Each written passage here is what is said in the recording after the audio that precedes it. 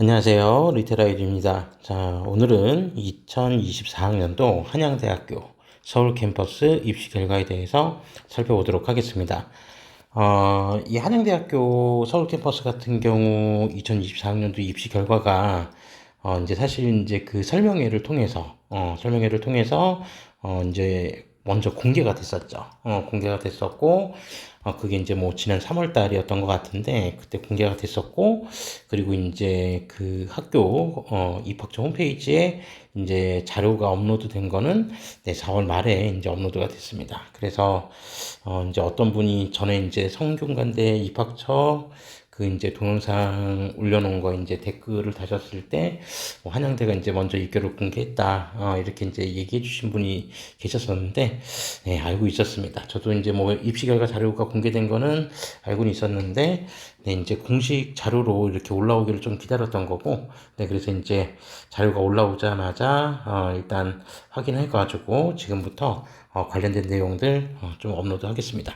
제가 이제 뭐 입학 결과가 이제 올라올 때마다 계속 그 실시간으로 이렇게 올려드릴 수는 없고, 이제 뭐 조금, 입학처에 올라와 있는 결과보다도 조금 늦게 이렇게 업로드하는 경우들도 있습니다. 그래서 뭐 급하신 분들은 먼저 입학처를 이제 좀 찾으시면서 자료를 좀 다운받으셔도 좋고, 그 다음에 또 저희 이제 이런 입결 관련된 리뷰 동영상을 조금 기다리시는 분들은 시간이 조금 걸리더라도 저희가 이제 필요한 부분들은 정리해서 이렇게 또 올려드리도록 할 거니까 조금 여유를 갖고 좀 기다려 주시면 좋을 것 같습니다. 물론 이제 모든 대학교를 지금 다 리뷰를 할 수는 없고, 네, 그래서 수도권 주요 대학들, 그리고 거점 국립대, 그리고 이제 교대, 뭐 이 정도까지만 해서 일단 올해는 이제 한번 올려보고, 제가 이제 유튜브 시작한 지가 그렇게 오래되지 않아서, 이제 추후에는 이제 좀 다양한, 이제 컨텐츠를 가지고,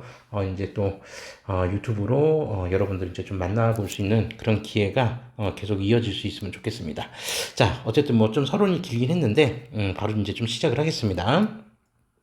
자, 그래서 중요한 점은 2024학년도 이제 입시 결과가 공개되긴 했는데 사실 이제 저는 개인적으로 2024학년도 한양대 입시 결과가 2025학년도를 예측하는데 한 영향력이 그렇게 크진 않을 거라고 봐요. 그러니까 2025학년도 지금 전형 변화가 너무 많기 때문에 그 부분들을 지금 2024학년도 입시 결과만을 토대로 해서 다 담기에는 좀 한계점이 있을 거다라고 하는 부분들을 좀 말씀을 드리고 싶고, 그래서 오히려 이제 하면서 제가 이제 몇 번 이제 다른 부분들을 이제 조금 사례들을 좀 말씀드릴 건데 그 부분들을 좀 잘 참고하셔서 자료를 일단 뭐 필요한 부분들만 이제 좀 자료를 확인하시고 다른 이제 예측에 관련된 부분들은 이제 좀 다른 얘기들을 좀 말씀드릴 테니까 그 얘기들을 토대로 해서 한번 좀 조심스럽게 한번 좀 생각을 해보시는 게 어떨까 그렇게 생각을 합니다.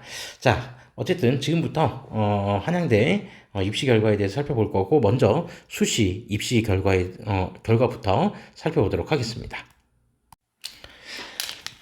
자, 우선 한양대에서 지금 현재 공개한 자료는 이제 2024학년도 것만 공개를 한 게 아니라 2022학년도부터 시작해서 2024학년도까지 3개년간 입시 결과 자료를 공개를 했습니다. 자, 그래서 먼저 학생부 교과 전형, 수시 전형에서도 학생부 교과 지역 균형 발전 전형에 대해서 살펴보도록 하겠습니다. 제가 이제 전형 방법에 대한 부분들은 한양대는 뭐 그다지 이렇게 설명 많이 안 드려도 이제 한양대 입학 전형 자체가 2024학년도까지 우리가 이제 살펴보면 대단히 이제 심플했었습니다. 그래서 수능 최저학력 기준이 없기 때문에 학생부 교과 전형 같은 경우는 학생부 교과 성적, 그죠?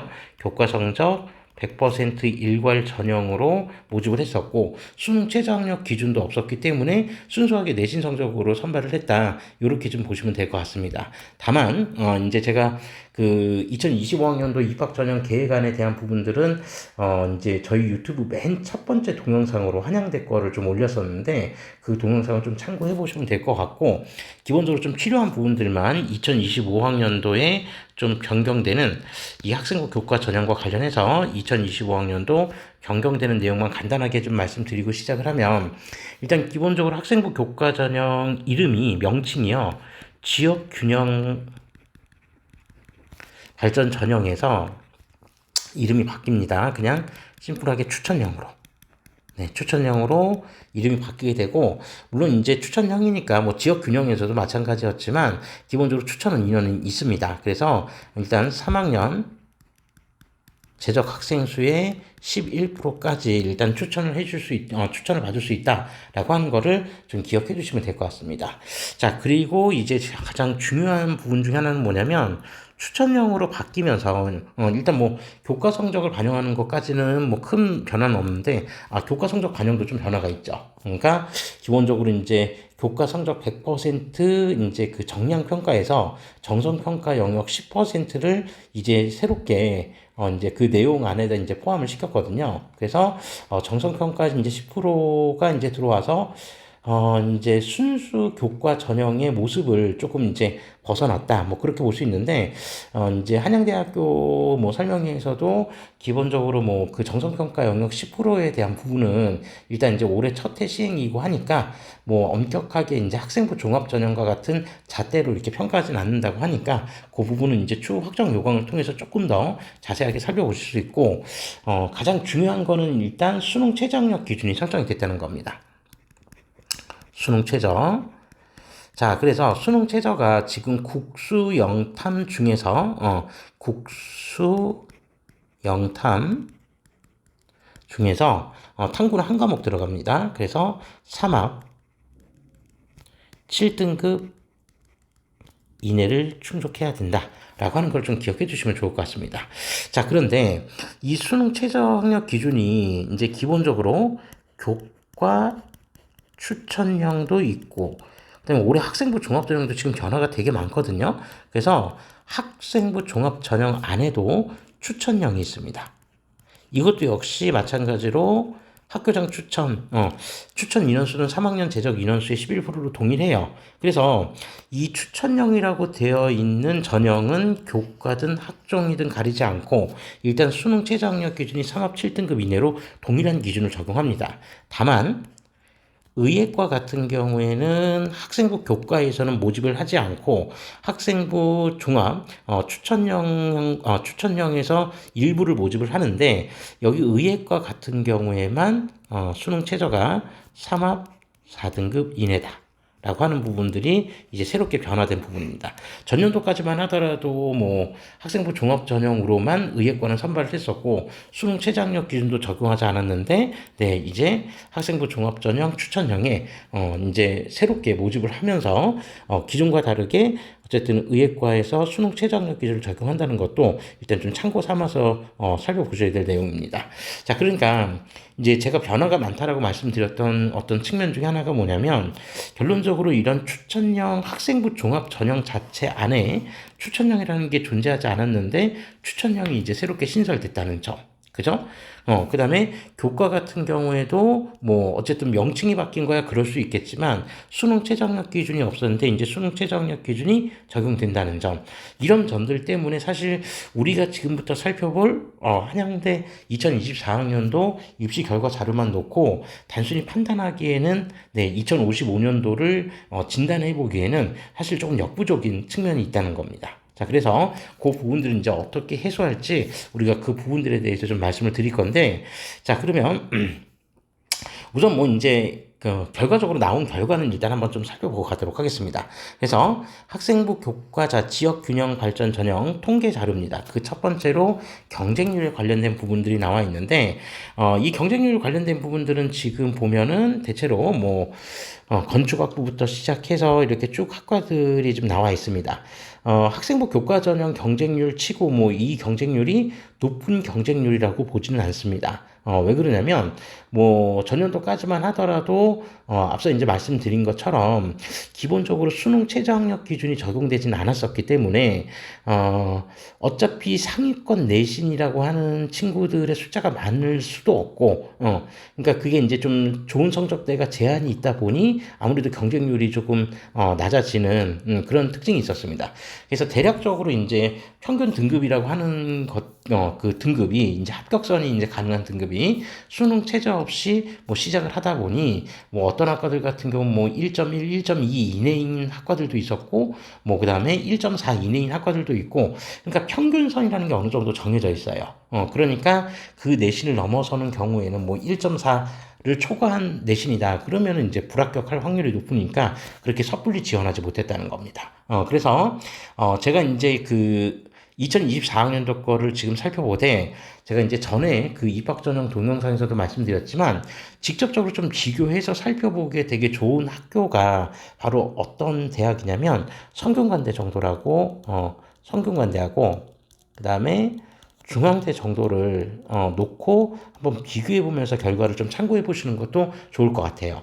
저희가 이제 얼마 전에 성균관대 입시 결과 자료는 유튜브에 자료를 좀 업로드 했었는데 그 자료를 한번 좀 살펴보시면서 한양대를 한번 좀 비슷하게 예측을 해 보시는 것도 좋을 것 같습니다.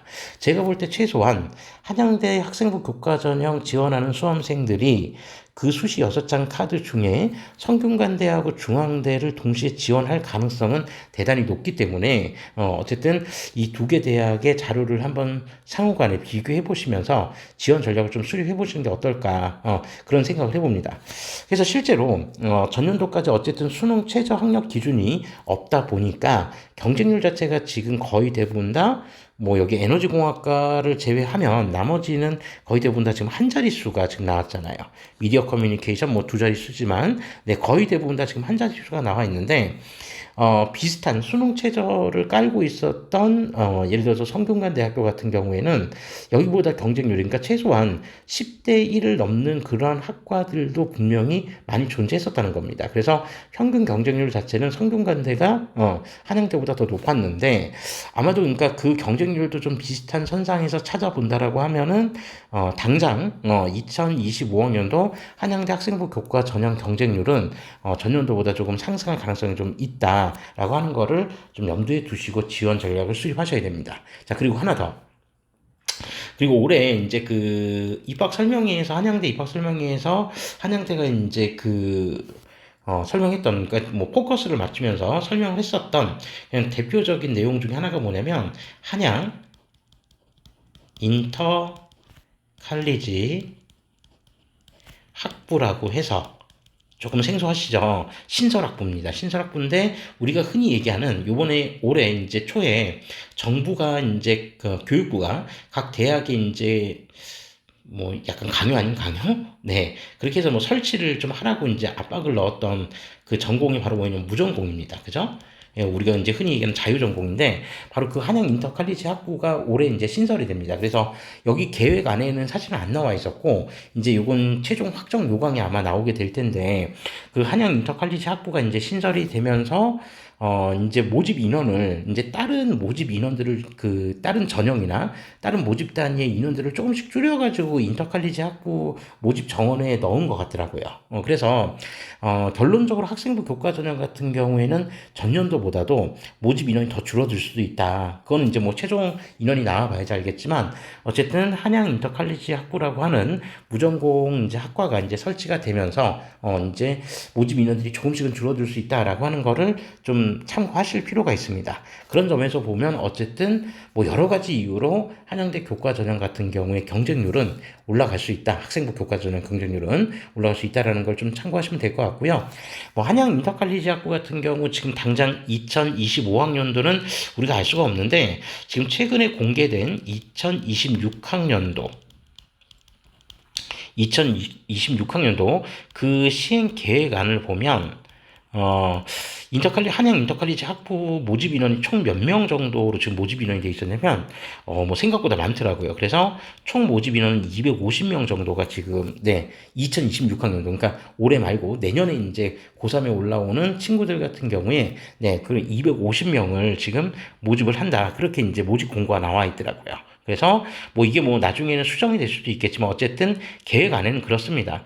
그래서 수시에서 여기 한양 인터칼리지 학부 모집 인원이 190명 그리고 정시에서 60명 그렇게 해서 선발한다고 해서 총 250명을 선발한다라고 하는 계획이 이제 좀 나와 있고 그 다음에 수시 전형 같은 경우에는 다시 인문과 자연 쪽으로 조금 나눠서 분할 모집을 해요. 인문하고 자연 쪽으로 나누어서. 그래서 인문 같은 경우에는 대략 한 35명 정도, 그리고 자연 같은 경우가 155명 정도로 모집 규모가 자연 쪽이 월등히 큽니다. 그 이유는 네, 나중에 한양 인터칼리지 학부 관련된 내용 좀 찾아보시면, 네, 거기에서 뭐 AI라든지 뭐 이런 부분들을 뭐 의무적으로 이수를 해야 되는 그런 이유 때문에 그런지는 모르겠는데, 아무튼 그런 이유 등으로, 네, 자연 쪽에 모집 인원이 더 많았고, 정시 같은 경우는 인문, 자연 구분 없이, 네, 인문, 자연 통합으로 모집하는 것 같더라고요. 자, 그래서 이런 부분들도 이제 좀 새롭게 반영되는 부분들이니까, 물론 지금 제가 써드린 건 2025학년도 아닙니다. 2026학년도라는 거를 참고해서 나중에 이제 좀 관심 있는 분들은 정보를 좀 찾아보셔도 되고, 저도 이제 기회가 되면 그 부분들을 한번 이제 찾아서 좀 업로드를 좀 할 예정입니다. 자, 그래서 어쨌든 경쟁률이 뭐 이런 식으로 지금 나와 있다. 근데 이 경쟁률이 당장 2025학년도에 고스란히 갈 확률은 그렇게 높진 않은 것 같다. 저는 그렇게 생각을 합니다. 자, 그러면서 이제 추가 합격 인원도 지금 이제 여기에 쭉 나와 있는데, 뭐 추가 합격 인원도 일단 한번 그냥 살펴만 보시면 될 것 같습니다. 다만, 추가 합격 인원 같은 경우에는 기본적으로 뭐 성균관대나 서강대나 뭐 이런 학교들 자체가 기본적으로 한 300% 정도 선은 내외는 왔다 갔다 했던 것 같거든요. 그래서 한양대도 아마 그 정도 수준은 유지하지 않을까. 한 200에서 300% 정도는 기본적으로 이제 순환하지 않을까. 그렇게 생각을 합니다. 자, 그리고 이제 뭐 여러분들이 아마 가장 관심 있는 부분이라고 생각할 수도 있을 것 같은데, 바로 최종 등록자 내신 등급 평균입니다. 자, 그러면서 지금 보시면 아시겠지만, 내신 등급 평균이 뭐 어마어마하게 높습니다. 그래서 뭐 여기 신소재공학 같은 경우는 지금 보시면 1.19, 그죠? 그 다음에 건설환경공학이나 도시공학이 1.4 정도, 뭐 요 정도. 그러니까 선호도가 높은 학과들 같은 경우는 지금 화공이나 생공 같은 경우에는 1.1, 1.2 정도 지금 수준이고, 그죠? 그 다음에 조금 선호도가 낮은 학과들이 한 1.4를 조금 넘어가는 그런 정도. 그 다음에 뭐 문과 같은 경우에는 뭐 1.63 영문학과가 뭐 요 정도까지 형성이 됐었는데, 어쨌든 지금 이렇게 쭉 보시면 뭐 1.6도 있고, 뭐 행정학과가 작년에 좀 특이하긴 하더라고요. 저도 이제 이 결과 봤었는데, 아무튼 뭐 이 결과들을 쭉 보시면 아시겠지만, 여기에는 지금 수능 최저학력 기준이 반영되지 않았다라고 하는 특징들이 있습니다.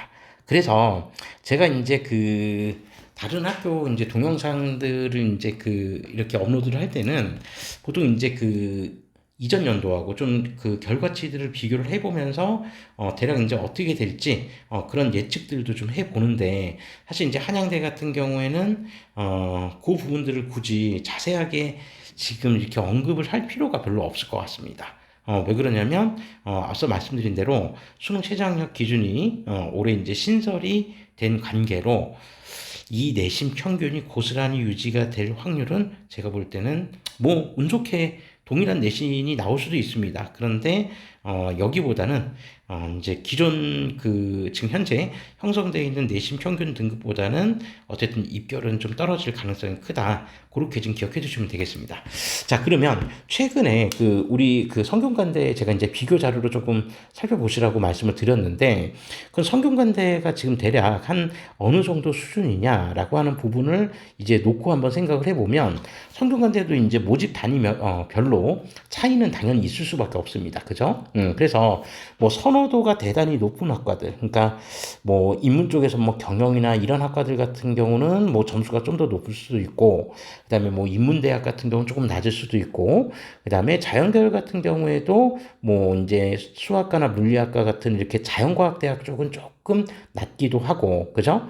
그래서 뭐 이제 편차가 좀 있는데, 미리 그 편차를 감안해서 다 말씀을 드리자면, 성대 기준으로는 지금 제가 봤을 때 대략 한 1.4에서 1.6 정도 작년에, 물론 이제 또 어떤 모집 단위들 같은 한 1.7 근처까지도 간 모집 단위들도 있지만, 어쨌든 성대 평균치가 지금 교과 평균치가 1.4에서 한 1.6 정도 사이라고 가정을 했을 때, 이 내신 성적과 비슷한 형태에서 아마 이제 한양대 입결이 형성되지 않을까, 그렇게 생각을 해볼 수 있습니다. 그래서 뭐 한양대도 이제 학과마다 차이가 있을 수 있기 때문에 여기보다 조금 더 높을 수도 있고 좀 더 낮을 수도 있지만 어쨌든 1.4에서 1.6 정도 사이라고 한다면 기존의 한양대 입결 평균치하고 비교를 해보면 대략 한 0.2에서 0.3 정도, 네, 그 정도는 이제 하락할 수 있다라고 하는 거를 네, 전제 삼아서 이제 좀 살펴보시면 좋을 것 같습니다.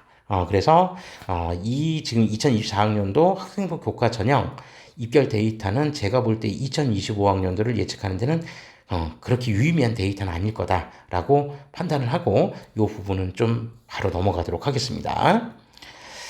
자, 다음으로 학생부 종합전형도 역시 마찬가지로 3개년간 입시 결과 자료가 이제 제시가 되어 있습니다. 자, 그런데 이제 학생부 종합전형 같은 경우에 제가 이제 말씀드렸지만 학생부 종합전형도 지금 여기 이제 특별 전형, 그러니까 고른기회나 뭐 이런 전형들을 제외하면 학생부 종합전형이 작년 같은 경우는 일반 전형 하나로 그냥 대략적으로 이제 모든 이제 모집 단위들을 다 포섭을 했었는데 올해 같은 경우 2025학년도 같은 경우는 학생부 종합전형이 무려 세 가지로 지금 나누어집니다. 세 가지로. 그러니까 앞서 제가 잠깐 말씀드렸던 추천형, 그리고 서류형, 그리고 면접형. 네, 이런 식으로 지금 세 개로 나누어져서 이제 또 다른 이전 연도하고 또 다른 이제 모집 방법을 이제 끌고 간다. 그렇게 이제 좀 생각하시면 될 것 같습니다. 그래서 이제 각각의 이제 전형 방법을 보면 추천형 같은 경우하고 서류형 같은 경우에는 요거 학생부 종합, 즉 서류겠죠? 서류 100% 일괄 전형으로 평가를 하고요. 그 다음에 면접형 같은 경우에는 면접이 들어가니까 당연히 1단계하고 2단계, 단계별로. 그래서 1단계는 서류 100, 그리고 2단계는 서류 80과 면접 20을 합산합니다. 1단계 선발 인원 배수는 5배 수인데 이제 특징은 면접형 같은 경우에는 모집 단위가 이제 다 있는 게 아니라 사범대학에만 면접형을 적용을 한다는 겁니다. 그러니까 사범대학은 추천형이나 서류형으로 모집하지는 않고 애초에 계획 안에는 그렇게 나와 있었어요. 면접형으로만 일단 학생부 종합에서 선발한다. 그렇게 이제 되어 있었기 때문에 이 부분들도 역시 또 없었던 기존과는 좀 다른 내용이기 때문에 이것도 변수가 될 수 있다. 그건 순수하게 지금 일반 전형, 지금 2024학년도 여기 일반 전형과 동일한 거는 지금 사실은 서류형밖에 없습니다. 서류형. 그러니까 추천형도 서류 100%니까 뭐 일치하지 않냐. 근데 추천형은 이제 새롭게 추천을 받아야 되기 때문에 3학년 재적 학생 수의 11%가 지금 추천을 받고 들어오는 학생들이기 때문에 그래도 성적대가 조금 상위 성적대 뭐 있을 확률도 있고, 그러니까 여기에는 편차가 그렇게 크지 않을 수도 있다는 겁니다. 성적 편차가. 그래서 서류형하고 일반형은 대체적으로 뭐 모집 방법이나 이런 부분들이 비슷하다. 다만 입결도 이제 조금 또 바뀔 수가 있는 게 결론적으로 일반 전형이었던 전형이 추천, 서류, 면접형으로 이제 나누어지기 시작했다면 모집 인원 자체가 동일할 수는 없잖아요. 그죠? 그래서 또 모집 인원의 차이 때문에 결론적으로 추천형과 서류형, 면접형, 뭐 면접형이야 그런다 치더라도 추천형과 서류형 같은 경우 경쟁률이 이전 연도에 비해서 이제 많이 바뀔 수 있겠죠. 그러니까 추천형과 면접형은 어차피 올해 신설된 전형이니까 그런다 치더라도 뭐 서류형도 따지고 보면 신설된 전형입니다. 다만 이제 일반 전형과 동일하다고 했을 때 서류형 같은 경우는 네, 비교 자료가 없다고 해도 경쟁률이 조금 더 오를 가능성이 높다. 이렇게 좀 생각하고 접근해 보시면 될 것 같습니다.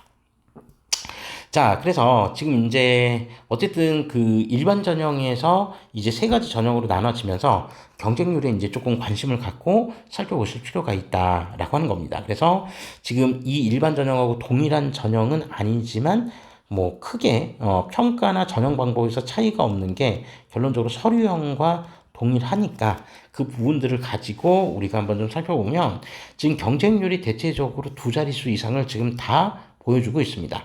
그 중에서도 지금 이제 경쟁률이 높은 학과들을 한번 좀 보면, 뭐 예를 들어서 이전 연도 같은 경우 자원환경공학 같은 경우 경쟁률 지금 23대 1을 넘어섰고, 바이오 메디컬 공학, 네, 역시 이전 연도에도 계속해서 높은 경쟁률을 보여줬었죠. 그 다음에 생명공학도 역시 마찬가지. 그 다음에 화공도 이제 높은 편이고요. 자, 그리고 의학과 뭐 말할 필요도 없고, 그 다음에 물리, 화학, 생명, 그죠? 식품 영양, 요렇게, 뭐 사회학, 미디어 커뮤니케이션, 그리고 교육학, 교육공학과. 와, 여기 사범대도 경쟁률이 엄청 높은 편이죠. 자, 이런 식으로 해서 지금 경쟁률이 좀 보이거든요. 제가 이제 다른 대학들 동영상에서도 말씀드렸지만, 기본적으로 생명이나 화학 계열 쪽은 이공 쪽 같은 경우, 자연계열 같은 경우에 생명과 화학 쪽은 당분간 경쟁률이 떨어질 것 같지는 않거든요. 자, 그래서 일단 우리가 그 모집 인원, 과연, 모집 인원을 직접적으로 비교를 해봤을 때 지금 여기서 이제 조금 뭐 경쟁률이 아주 높았던 예를 들어서 생명공학 같은 경우를 하나 샘플로 잡아서 한번 이제 생각을 해본다고 이제 비교를 해본다라고 가정을 하면 과연 생명공학 같은 경우가 지금 경쟁률이 어느 정도까지 좀 올라갈 수 있을까라고 하는 거를 한번 조심스럽게 한번 그냥 진단을 한번 해보겠습니다. 자, 예를 들어서 지금 생명공학 같은 경우가 네, 지금 2024학년도에 지금 이거 추가 합격 인원이네요.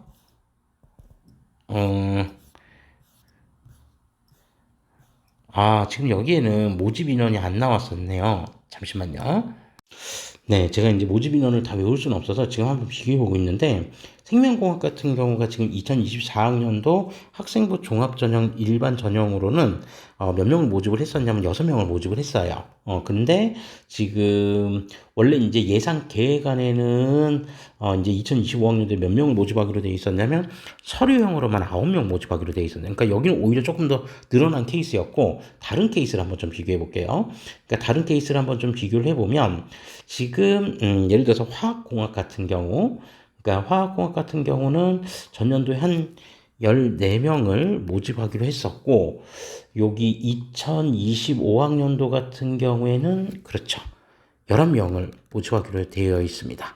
자, 그리고 이제 나머지 이제 뭐 일부는 또 추천형으로도 모집을 하고 그렇게 돼 있는데 지금 이제 여기가 계획 아니래 이제 2025학년도 지금 계획 아니라고 했을 때 실제로 이제 제가 앞서 말씀드린 것처럼 한양 인터칼리지 학부 같은 경우가 새로 신설이 됐을 때 다른 모집 단위들에서도 조금씩 인원을 빼왔다라고 제가 얘기를 들어서 그게 뭐 모든 학과인지 아닌지는 저도 잘은 모르겠지만 그래서 그런 부분들까지 감안하면 인원이 더 줄어들 수 있다는 겁니다. 자, 그렇게 되면 어쨌든 모집 인원 자체가 이제 조금씩 감소한다고 했을 때 그 부분들 감안해서 경쟁률이 일부 상승하는 그런 모집 단위가 나타날 거다라고 하는 것도 좀 짐작해 보실 수 있습니다. 제가 그 부분만 한번 좀 체크를 해 드릴게요. 그러니까 뭐를 좀 체크를 할 거냐면 그러니까 그 추천형으로 모든 모집 단위가 지금 다 추천형으로 모집하는 건 아니거든요. 그래서 추천형으로 모집하는 모집 단위들 같은 경우에는 기존의 일반 전형에서 그러니까 추천형과 서류형으로 나누어서 인원을 선발할 거기 때문에 서류형 모집 인원은 전년도보다 줄어들 확률이 높습니다. 그 대표적인 학부가 일단 융합전자공학 여기 같은 경우에는 추천형과 서류형을 나누어서 뽑아요. 그러니까 여기 당시 일반 전형보다 인원 수가 더 줄어들었을 겁니다. 그러니까 제가 노란색 색칠하는 부분들 같은 경우는 서류형의 경우에 올해 이제 서류형 경우에 경쟁률이 조금 더 올라갈 수 있다라고 하는 거를 좀 참고해 보시면 될 것 같다는 얘기입니다. 자, 그래서 그 대표적인 학부가 또 컴퓨터 소프트웨어 학부. 그 다음에 전기공학 이쪽도 일단은 분할 이제 모집을 하는 그런 형태로 지금 되어 있고요. 그 다음에 바이오 메디컬 공학 전공도 역시 마찬가지로 분할 모집을 하는 그런 모집 단위로 되어 있습니다. 자, 그리고 신소재 화학공학까지 여기는 전부 다 추천형으로 모집을 하는 그런 모집 단위들. 그리고 여기 기계공학부도 역시 추천형으로 모집을 하고요. 그 다음에 여기 데이터 사이언스 학부도 역시 추천형과 서류형 나누어서 분할 모집을 합니다. 자, 분할 모집을 하고, 그리고 의예과 같은 경우도 분할 모집한다고 제가 말씀드렸었죠. 아까 수능 최저 설명드리면서. 자, 그리고 문과 쪽에서, 인문 쪽에서는 영어 영문학과가 지금 추천형과 서류형으로 분할 모집을 하고요. 그 다음에 미디어 커뮤니케이션도 역시 마찬가지로 분할 모집을 합니다. 그리고 관광학부도 역시 분할 모집하고요. 자, 그래서 이런 학부들 지금 분할 모집을 하고, 그 다음에 여기 정책학과.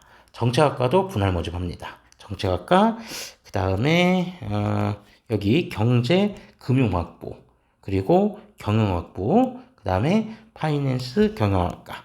자, 이 학과들 지금 제가 노란색 색칠한 학과들은 조금 이제 관심 있게 살펴보셔야 됩니다. 이런 학과들은 일단 이제 서류형 같은 경우에 경쟁률이 조금 올라갈 수도 있을 것 같다. 네. 그렇게 예측되는 학과들이니까 그런 학과들 좀 체크를 해 놓으셨다가 네. 나중에 이제 지원 실제로 하게 될 때 잘 기억해 놓고 있다가 한번 좀 비교해 보시는 게 좋을 것 같습니다. 자, 그래서 이제 뭐 추가 합격 인원까지 이제 쭉 나와 있는데 추가 합격 인원은 그냥 한번 좀 살펴보시면 될 것 같고, 자, 그러면 대체적으로 이제 학생부 평균 등급은 한 어느 정도 됐을까라고 하는 부분들을 한번 좀 살펴보시면요. 뭐, 물론 이제, 늘 같은 얘기입니다. 같은 얘기인데, 이제 학생부 종합전형에 지금 현재 여기 나와 있는 이 내신 등급 자체를 뭐 절대적으로 맹신할 필요는 없다. 그래서 실제로 이제 이 등급들보다는 어쨌든 뭐 더 높은, 내신 등급을 가지고 있는 학생들이 떨어질 수도 있고 더 낮은 내신 등급을 가지고 있는 학생이 네, 합격할 수도 있고 뭐 그렇습니다. 그래서 한양대 지금 와 뭐 이런 학생부 종합전형이 우리가 알고 있는 그런 일반 종합대 서울에 있는 뭐 중위권 학교들보다도 더 낫네라고 생각을 해서 나도 그냥 3점 후반대니까 집어넣어야지 이런 생각하시면은 네, 떨어질 확률이 더 높아지겠죠. 그러니까 이렇게 지금 평균치가 좀 낮은 학과들 같은 경우에는 뭐 평균치가 낮은 학과들뿐만 아니라 지금 거의 대부분 다 한양대의 어떤 그 위치나 이런 것들을 생각을 했을 때 2점대가 지금 나온다는 게 뭐 어떻게 보면 좀 쉬운 일은 아니죠. 그러니까 뭐 이거는 한양대도 어느 정도 조금 이제 뭐 통계치에서 이제 공개하고 있는 부분이긴 한데 특목이나 자사고 합격자 비율이 높기 때문에 그렇다라는 거는 네, 이미 뭐 어느 정도 다 알려진 사실입니다. 자, 그래서 뭐 무조건 지원을 못한다, 일반고니까 지원을 못한다 이게 아니라 최소한 일반고에서 학생부 종합전형으로 지원을 고려한다라고 한다면 지금 여기에 나와 있는 내신 평균보다는 제법 많이 높은 내신으로 지원을 해야 된다라고 하는 겁니다. 무조건 뭐 내신이 좋다고 해서 다 붙는 것도 아니지만 지금까지 한양대 일반계 고등학교에서 그냥 이제 한양대 합격을 할 수 있는 그런 이제 뭐 등급이 딱 정해져 있는 건 아니었지만 대략 한 1.6에서 한 1.8 정도 사이, 네, 요 정도 학생들이 좀 제법 많이 붙었었던 것 같아요. 제 기억에.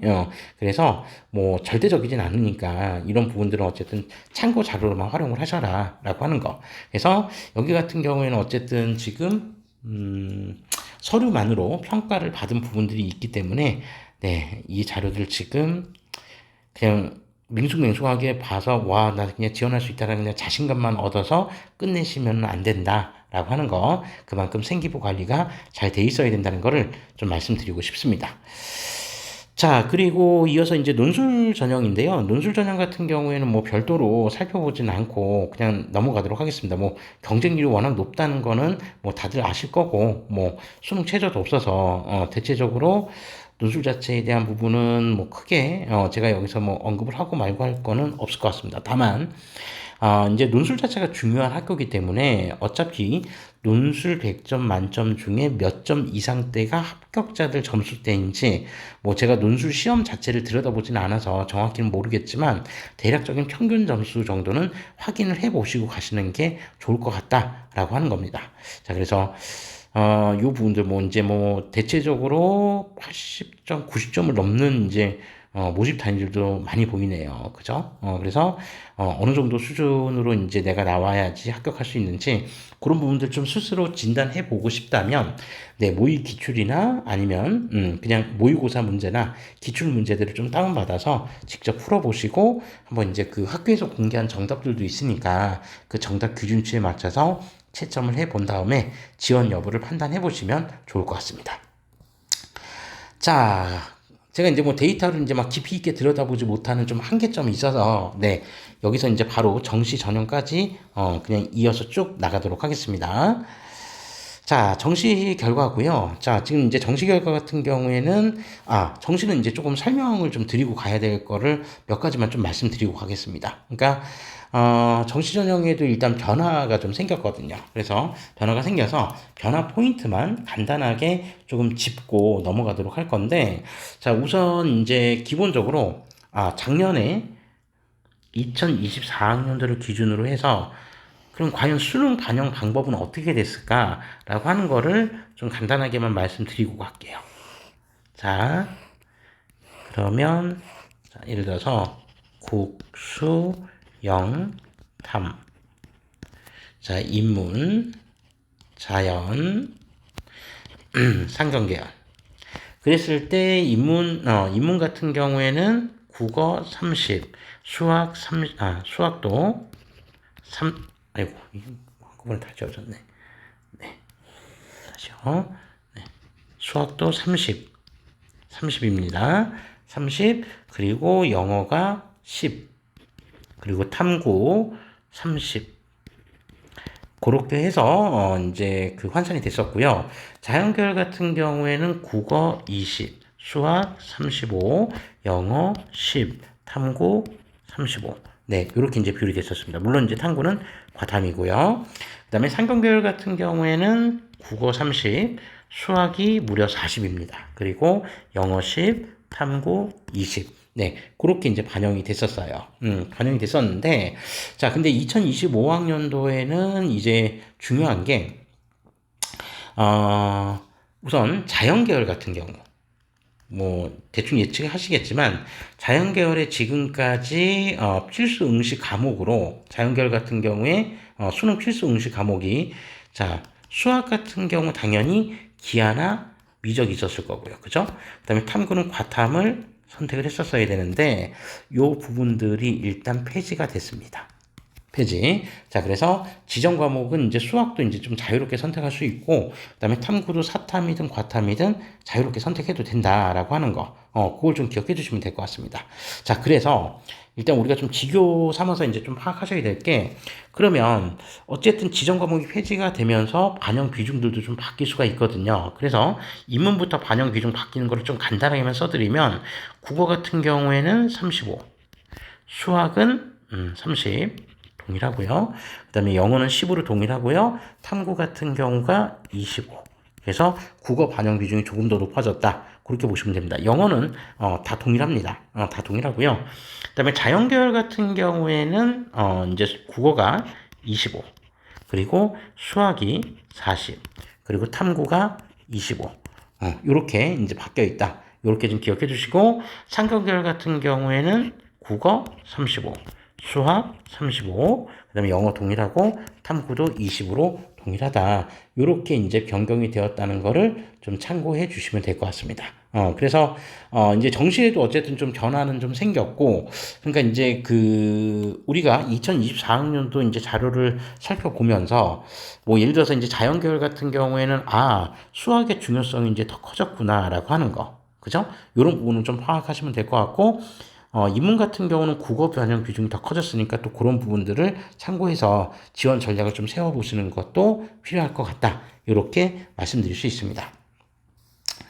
자, 그러면 이제 정시전형, 일반전형 통계를 한번 좀 살펴보면 경쟁률은 대체적으로 전년도하고 비교했을 때 큰 차이는 별로 없을 거예요. 그래서 지금 보시면은 대략 한 3년치 지금 경쟁률이 나와 있는데 실제적인 그 편차 자체는 크지는 않다라고 하는 거를 좀 살펴보실 수 있을 겁니다. 그래서 여기는 뭐 시간 날 때 그냥 한번 좀 살펴보시면 되고, 반도체 공학 같은 경우는 이제 뭐 선호도가 이제 굉장히 높은 계약학과이기 때문에 공대 쪽에서는 네, 경쟁률도 상당히 높게 형성이 되어 있다라고 하는 거를 확인해 보실 수 있습니다. 자, 그리고 이제 추가 합격 인원이 있었는데, 이 추가 합격 인원도 그냥, 네, 나중에, 조금 시간적 여유 있을 때 그때 좀 살펴보시면 되고, 지금 당장 뭐 추가 합격 인원까지 살펴보실 필요는 없을 것 같아요. 자, 그럼 이제 가장 중요한, 자, 수능 백분위 평균으로 한번 가보도록 하겠습니다. 자, 지금 여기에서 공개된 내용은 최종 등록자입니다. 그러니까 최초 아니고 최종 등록자 수능 100분위 평균. 그러니까 여기서 100분위 평균 아마 이제 국수탐 100분위 평균을 얘기하겠죠. 자, 그러면 지금 한번 봤을 때 대략 공과대학 정도를 우리가 좀 삼아서 중요한 기준치로 삼아서 먼저 공과대학 자체를 한번 살펴보도록 하겠습니다. 자, 공과대학 같은 경우 지금 보시면 대략 요 선 안에서 지금 왔다 갔다 했는데 백분위 평균치가 이제 조금 낮은 학과들이 뭐 91이 보이는데 사실 90이 아니라 91.92, 91.93 정도라고 한다면 이거 뭐 92에 가깝다라고 보시면 되겠죠. 그죠? 근데 이전 연도하고 지금 비교를 해봐도 92에서 93 정도 나오는 건 큰 편차는 없었거든요. 그래서 공과대학 같은 경우에 지금 100분위 합격선은 대략 92에서 93 정도가 지금 형성이 되어 있다라고 생각해 보시면 되겠습니다. 물론 평균치가 그렇다는 거고 조금 더 이제 선호도에 따라서 좀 더 높은 모집 단위들도 있겠죠. 뭐 예를 들어서 융합전자공학 같은 경우는 지금 94.1, 이전 연도에도 거의 94에 가까웠던 점수들이었기 때문에 이 정도가 이제 나와야 된다라고 하는 거를 확인하실 수 있고요. 자, 그 다음에 의과대학은 98.83 좀 떨어졌습니다. 그래서 이전 연도가 99.02, 99.01 정도였는데 그때보다는 조금 소폭 하락했고요. 자, 그 다음에 물리학과, 화학과, 즉 자연과학 대학 같은 경우는 92에서 93 거의 비슷했습니다. 그죠? 공과대학하고도 비교해봐도 큰 편차가 발생하지 않을 정도로 비슷했다. 그렇게 보시면 되고 간호학과는 거의 92 수준을 왔다 갔다 했었습니다. 근데 뭐 조금씩은 더 오른 경향이 있긴 한데 지금 100분위 컷은 대략 평균치는 92 정도? 네, 요 정도가 지금 나와 있고 물론 이제 여기에는 우리가 알 수 없는 최저 이제 그 수능 100분위가 얼마인지는 우리는 알 수는 없죠.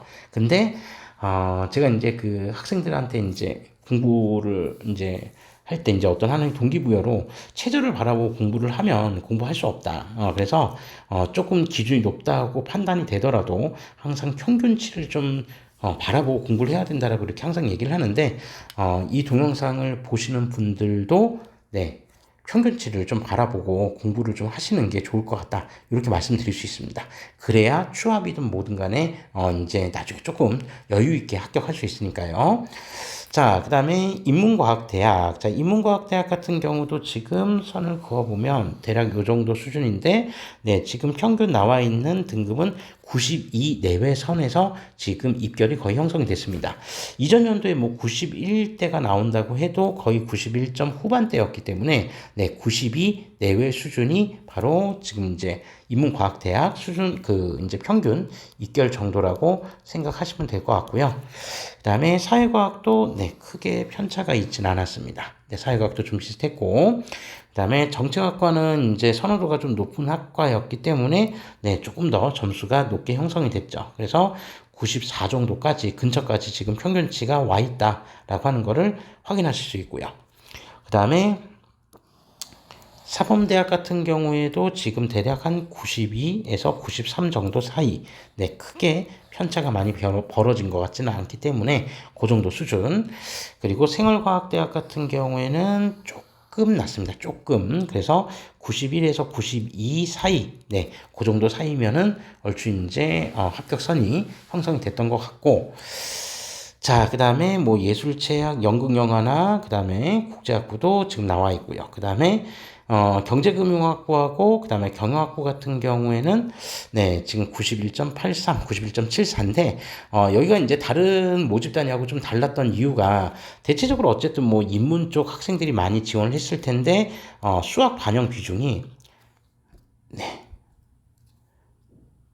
수학 반영 비중이 다른 이제 학과들보다 조금 더 높았기 때문에 그런 점들을 이제 감안한다 보니까 인문 쪽 수험생들이 아무래도 확동 선택자들이 많아서 수학에서는 자연 계열 수험생들에 비해서 좀 불리할 가능성이 크거든요. 그런 점들이 좀 반영이 된 결과다라고 보시면 될 것 같습니다. 사실 이전 연도하고 비교해 보면 입결 편차가 아주 큰 건 아니었거든요. 그래서 왜 인문이나 이런 데보다 낫지라고 판단했을 때 제가 앞서 맨 처음에 말씀드렸던 것처럼 상경은 반영 방식, 수능 과목별 반영 비중이 좀 다르기 때문에 그렇게 나타날 수 있다라고 하는 거를 좀 참고해 보시면 될 것 같습니다.